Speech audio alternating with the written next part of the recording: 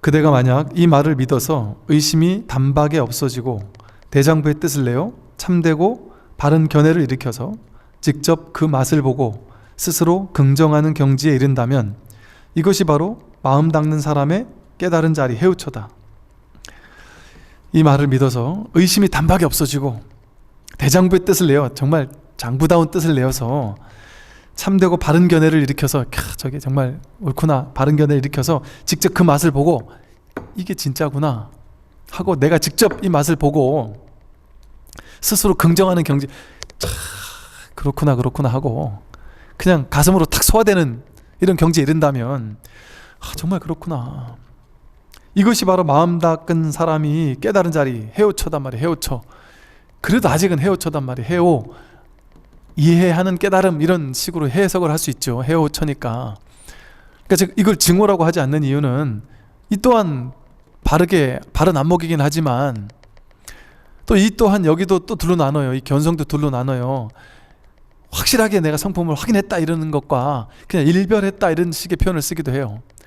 문득 본 것 같은, 문득 그냥 슥 하고 지나가는 것 같은, 완전히 안착되기 이전에 그 일별하더라도 그것도 무시할 수는 없는 거예요. 또 그것도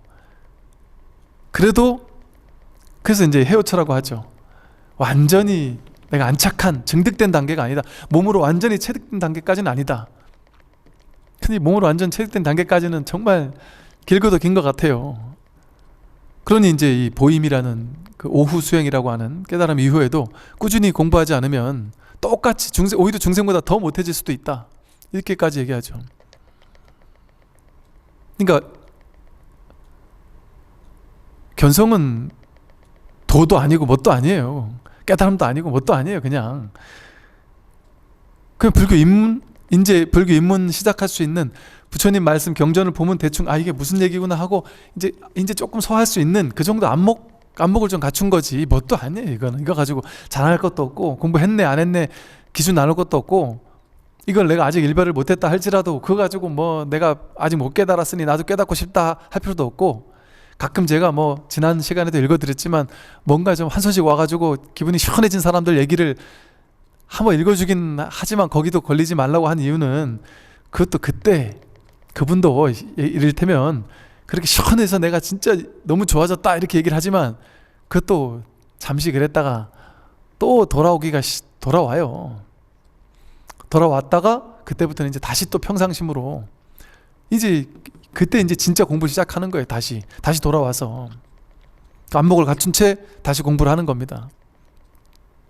그러면서 이제 점점 더 이제 이 공부가 견고해지고 하겠죠. 그러면서 이제 거기서 단계 아닌 단계, 그러니 수다원, 사다함, 아나한, 아라한이니 보살의 52계위니 이제 이런 식의 단계 아닌 단계들을 굳이 견도, 수도, 무학도니 하고 나누는 이유도 거기 있을 겁니다. 견도하고 나서도 수도가 필요하다. 그래야 무학도 더 이상 이제 공부할 게 없구나 하는 자리까지 간다라고. 단계는 별로 없지만 견도에서 벌써 끝나버린 거지만 사실은 법의 자리에서 보면 견도에서 끝난 거예요. 근데 진짜 법의 자리에서 보면 견도도 필요 없어요. 그냥 중생이 그대로 부처예요. 중생심이 그대로 진여심이에요. 그러나 중생의 분상에서 봤을 때는 또 이 단계가 있다라고도 할 수 있고 견도수도 무학도가 있다고도 할 수 있고 중생과 부처는 다르다라고도 할 수 있단 말이죠. 분별의 눈으로 보면 다 분별되지만 법의 눈으로 보면 분별될 게 아무것도 없는 거죠. 그러니 이렇게도 얘기할 수 있고 저렇게도 얘기할 수 있는 측면이 있는 것이다. 때에 따라 이렇게 방편을 쓰기도 하고 저렇게 방편을 쓰기도 한다. 여기에는 계급이나 차례가 없으므로 돈이라고 했다. 이 법의 자리에서는 몰록이에요. 몰록 확인하고 끝이다. 그러나 이 현상적인 것에서 봤을 때는 그러고 끝나지지가 않는다. 이것은 믿음이라는 인에서 모든 부처의 과덕과 개합하여 조금의 차이도 없어야 비로소 믿음을 성취한다고 한 말과 같다. 부처님의 과덕, 결과, 이 깨달음이라는 결과, 그 과덕, 거기서 오는 어떤 덕, 깨달음이 어느 정도 몸에 체득한 이런 결과가 내가 이 부처의 자리를 완전히 믿는 것이 이 실질적인 결과로 내가 체험에서 맛본 이것과 한치도 다름이 없어야 난 그렇다고 믿어. 난 모두가 다 부처라고 믿어. 온 우주가 하나라고 믿어. 그 믿음 가지고는 그건 진짜 믿음이라고 할 수 없다. 그건 얇은 믿음이죠. 진정한 비로소 믿음을 선취한다고 하기가 어렵다. 그때는 아직. 그 믿음이 진정한 부처의 불과 과덕과 결실을 맺어서 그 맛을 봐야지만 그때 진정한 믿음이라고 한다. 그 신신명이라는 책도 있지만 불교에서는 이게 진짜 믿음이에요. 불교에서 믿음은 신심 있다. 이거는 우리가 보통 쓸 때는 저 사람 신심 있어 없어 물어보면 맨날 절에 가서 기도도 열심히 하고 108배도 열심히 하고 막 간절히 기도하고 이러면 신심 있다고 보지만 그게 신심이 아니고 자기 성품을 확인하고 이 결과 과덕과 깨달음의 덕과 딱 합일이 되어서 조금의 차이, 개 앞에서 조금의 차이도 없는 걸, 그걸 비로소 믿음을 성취한다고 그래요. 그게 진짜 믿음이란 말이에요. 깨닫는 게 진짜 믿음이지 깨닫기 전에 믿음은 진짜 믿음이 아니다. 그건 진짜 신심이 아니다. 그러니까 예를 들면 깨닫고 나서 이래도 되고 저래도 되는 입장이 되어서 예를 들어 부처님께 1000배를 하나 1배를 하나 다르지 않은 입장이 된다면 부처님께 1배만 하나 끝날 수도 있단 말이에요. 1시간 동안 예불을 하나 그냥 앉아서 좌선만 한 10분 하고 일어나나 겉으로 봤을 때는 1시간 막 예불을 하고 막 기도하고 목닥치고 하면은 더 신심 있는 것처럼 보일 수 있으나 선방의 스님들은 그냥 앉아있고 끝나잖아요. 근데 이번에 스님들 선사 스님들께서 모여서 토론한 내용을 보니까 초기 선불교에서는 그렇게 앉아있는 게 중시하지 않았다 이렇게 얘기하는 스님들이 계시죠. 실제 초기 선불교에서는 그랬었고, 그러니까 앉아있는 거를 무조건 선방에서 앉아있는 것만 무조건 하는 게 중요한 게 아니다. 오히려 스승의 법문을 듣고 문답을 통해서 자신의 안목을 키우고 한 진정한 선을 해야지 앉는다고 그게 선이겠느냐 이런 얘기를 하시는 분들 계시더라고요. 진정한 법의 안목이 중요하죠. 그러니까 그런 안목에 있어서는, 그러니까 초기 선불교에서는 대웅전도 없었어요. 설법당에 부처님이 안 계셨어요. 부처님을 안 모셨어요. 왜? 스님이, 주지 스님이 법을 설하는 사람이 주지 스님이었으니까 그 스님이 부처님 대신인 거죠. 그러니까 거기서 법을 설해야 됐기 때문에 부처님을 따로 모실 필요가 없었던 겁니다. 그러니 예불이면 요즘같이 하듯이 1시간 동안 막 요령을 흔들고 목탁을 치면서 하지도 않았었다. 물론 그걸 잘못됐다라는 얘기를 할 필요는 없겠지만 그건 그거대로 문화적인 어떤 전통적으로 방편으로서 인정해 줄 필요는 있겠지만 그것만 한다고 무조건 신심 있다 이렇게 얘기할 수는 없단 말이죠. 하지 않아도 하는 믿음이 있는 사람이 있고, 그걸 하지만 진짜 겉으로 봤을 때 신심이 지극하지만 신심이 1도 없는 사람도 있을 수 있다. 진짜 신심이 뭔지의 관점에서 본다면 이게 신심이에요. 자기가 깨달아야 신심이 있는 거지 깨닫기 전에는 신심이 1도 없는 거예요. 기복적인 신심만 있는 거죠. 진짜 신심이 아니죠 사실은. 그러니까 기복적인 신심만 있으면 등 켜고 축원 불러주고 이런 게 더 중요하다고 느끼겠지만, 진짜 신심 있는 사람은 내 이름 불러주고 뭐에 참석하고 이런 것도 잘못된 건 아니지만 그거에만 목매는 이런 신앙을 하진 않겠죠. 그건 그거대로 하되, 그는 불교 문화, 불교 전통, 불교 의식, 어떤 신앙의 형태로서 내가 그냥 한다. 기도 접수도 하고 참석도 하고 다 한다. 그러나 스님이 축원 카드를 똑바로 읽어주든 내 이름을 좀 빠지고 읽었든 그거 가지고 와서 굳이 따지지 않겠죠. 그리고 그냥 내 공부하겠죠. 내 본성을 밝히기 위한 공부를 하겠죠. 자기 괴로움을 여의기 위한 공부를 하는 게 그게 신심이지 않겠습니까?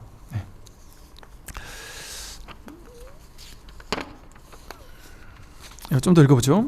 이런 물었다 20번입니다.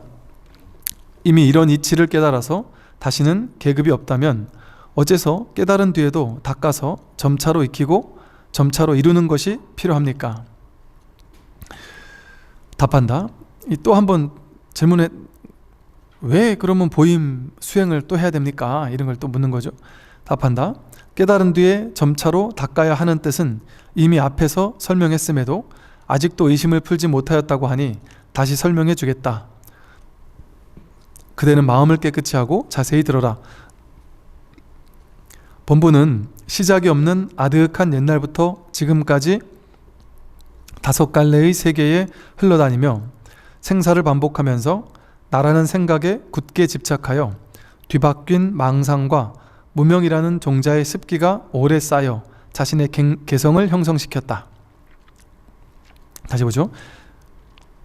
범부는, 우리 범부 중생들, 우리는 시작이 없는 하닥한 옛날부터 지금까지 이 5가지의 세계에 흘러다니면서 6도 윤회한다 그러죠. 인간계를 빼면 나머지 5군데 이 5도의 윤회를 하면서 흘러다니면서 생사를 반복하면서, 이게 이제 우리 형식적으로 말하면 지옥, 악의, 축생, 인간, 수라, 천상, 이것을 계속 죽고 나고 하면서 이 소리지만 이게 그냥 이 법의 자리, 그냥 이 자리로 본다면 아까 말한 선, 악, 탐진치를 통해서 매 순간 지옥이 연기했다가 악귀가 연기했다가 아수라가, 화나면 아수라가 연기하고 어리석으면 축생이 연기하고, 그렇게 매 순간 5도로 흘러다니는 거예요. 매 순간 죽고 살아서 윤회가 아니라 매 순간 이렇게 윤회로 흘러다니면서 생사, 뭐가 생사예요?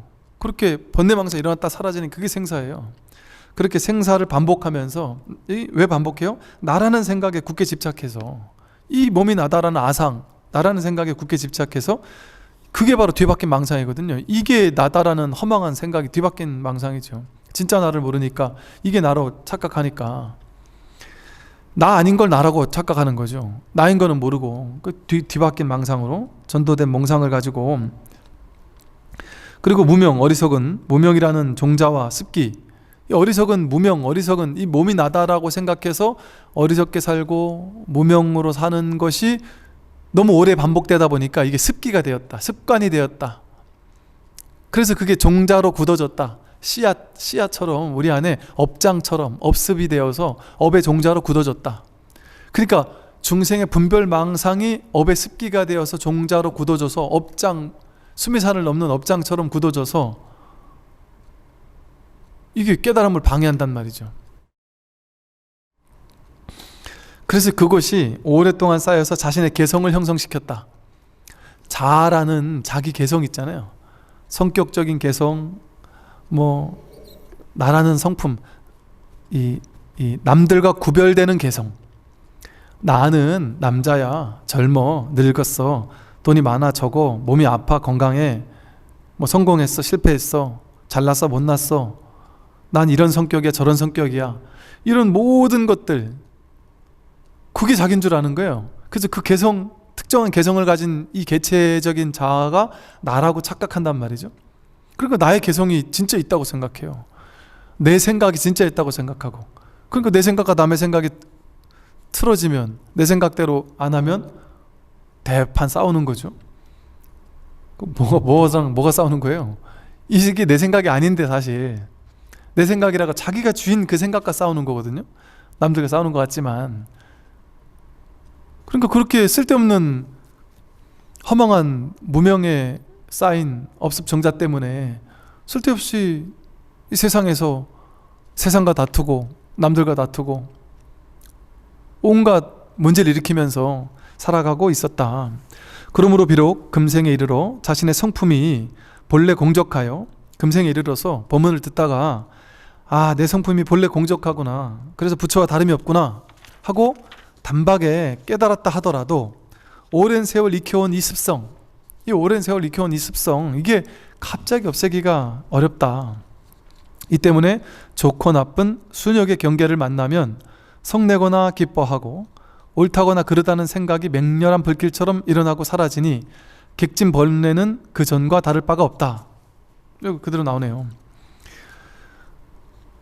단박에 깨달았다 하더라도 오랜 세월 익혀온 습성은 갑자기 없어지지가 않아서, 이 때문에 좋고 나쁜 순역 경계를 만나면, 좋은 경계, 나쁜 경계를 만나면 좋은 경계는 좋아하고 싫은 경계는 막 썩내고 싫어하면서 옳다 그르다라고 막 그 생각을 하고, 그 생각에 맹렬한 불길처럼 타올라서 내 옳은 생각을 왜 너는 틀렸다고 하느냐 하고 남들과 싸우기도 하고, 내 생각을 고집하면서 자식과 남편과 싸우기도 하고, 그런 그 생각에 끌려다니면서 객진번뇌, 바깥에서 바깥 대상에 끌려다니는 번뇌죠. 바깥 대상에 실제하는 줄 알고 내 생각이 실제하는 줄 알고 자기에 끌려다니고 바깥 대상에 끌려다니면서 그렇게 객진번뇌에 끌려다니면서 살아가는 모습이 그전과 다를 바가 없다. 그전과 다를 바가 없다. 그러니까 많은 사람들이 자기 성품을 확인하는 것 같은데 아닌 것 같아요. 이러거나 아니면 확인했어요 이렇게 분명히 저한테 얘기를 했는데 얼마 안 있다가 저는 그때 좀 제가 오해한 것 같아요. 전 확인하지 않았습니다. 그러고 이제 다시 공부하는 사람들이 있어요. 그리고 또 이게 진짜인가요? 이래 묻는 사람들도 있고 아닌 것 같아요. 뭔가 또 있는 것 같아요. 나는 제대로 깨달은 게 아닌 것 같아요. 거의 이렇게 생각을 해요. 왜냐하면 이렇게 끌려다니니까 내가 생각한 깨달음이 이런 게 아니거든. 내가 옛날에 생각하는 깨달음은 이런 게 아니잖아요. 우리가 원하는 깨달음은 어디에도 여여하고 흔들림 없고 그런 게 진짜 깨달음은 그래야 되지 않겠나 이렇게 생각하잖아요. 근데 옛날처럼 습관도 그대로고 남들과 싸우기도 하고 남들이 나를 공격하면 욱하고 화도 나고 또 자기 고유한 습성, 개성 여기에 대한 것들을 누가 이렇게 태클을 걸면 발끈하기도 한단 말이죠. 그런 습성이 여전히 다를 바가 없단 말이죠. 그러니까 이게 참 미치고 팔딱될 노릇이죠. 그러니까 이제 그거에 의지해서 내가 아직 여전히 부족하구나 하면서 꾸준히 공부하는 거예요. 그러나 본인은 알아요. 그 내면이 어쨌든 한편으로 보면 완전히 달라졌는데 한편으로 보면 똑같다 이런 말이 나온다니까. 한편으로 보면 진짜 완전 달라진 것 같은데 한편으로 보면 똑같아요. 그러니까 그 미진함에 의지해서 꾸준히 공부하는 거예요.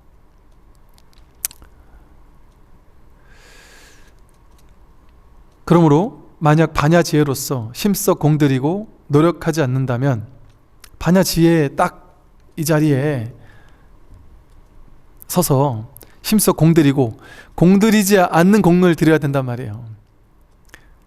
우리가 윗바사나 하는데 이제 이 자리를 확인하고 나야 이제 그때부터 진짜 윗바사나가 돼요. 저절로 자기 자신을 관찰하게 돼요. 물론 이제 이 자리를 모르더라도 생각을 쫓아가면 관찰이 안 되잖아요.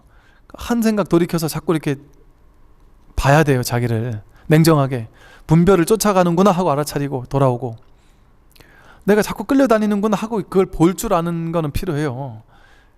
그러니까 지관이 불교 수행의 핵심은 지관이다 하는 게 멈추고 보는 거는 하여간 늘 해야 된다.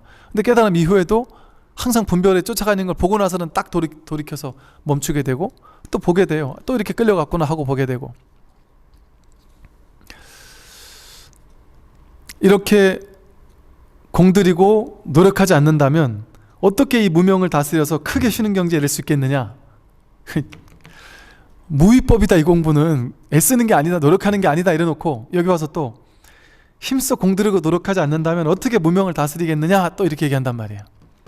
그러면 어떡하란 얘기입니까? 애쓰라는 얘기에 애쓰지 말란 얘기예요.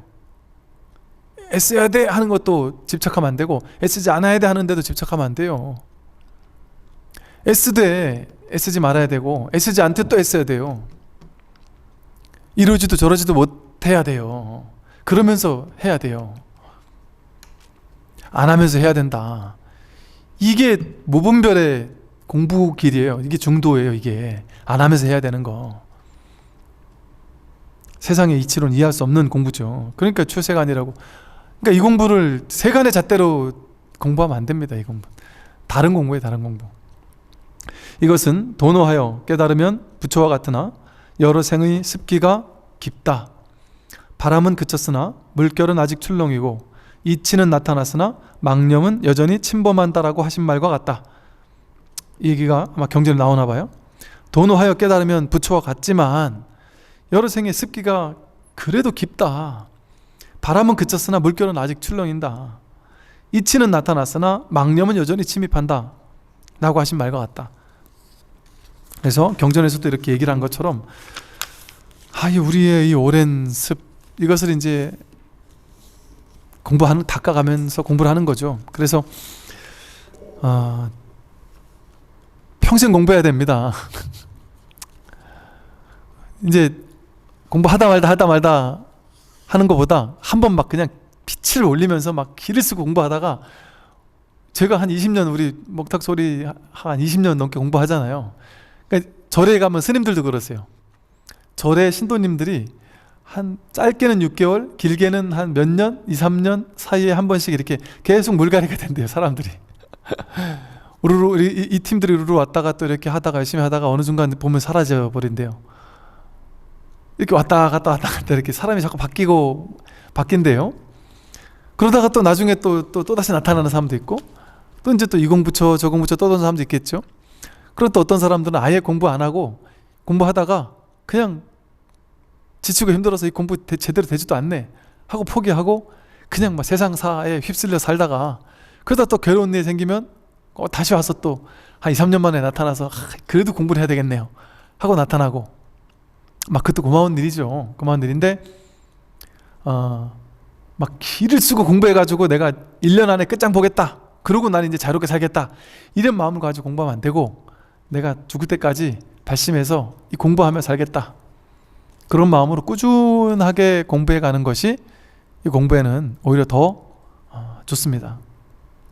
더 좋아서 하여간 꾸준히 발심을 하고 틈틈이 이렇게 법문도 듣고 하면서 이 공부를 제대로 하기 시작하면 이 공부 참 재밌는 게 없어요. 세상 사는 것도 재밌는데 세상 사는 재미보다 이 공부가 훨씬 재미가 있어요. 그럴 수밖에 없어요. 이거는 직접적으로 삶이 바뀌는 공부이기 때문에 이 공부가 훨씬 재미있습니다. 그래서 이 공부 재미, 이 공부의 즐거움, 이것에 이렇게 좀 빠져서 발심을 해서 꾸준히 공부의 길을 가시면 좋겠다는 생각이 듭니다. 네. 오늘 여기까지 말씀드리겠습니다. 네, 성공하십시오.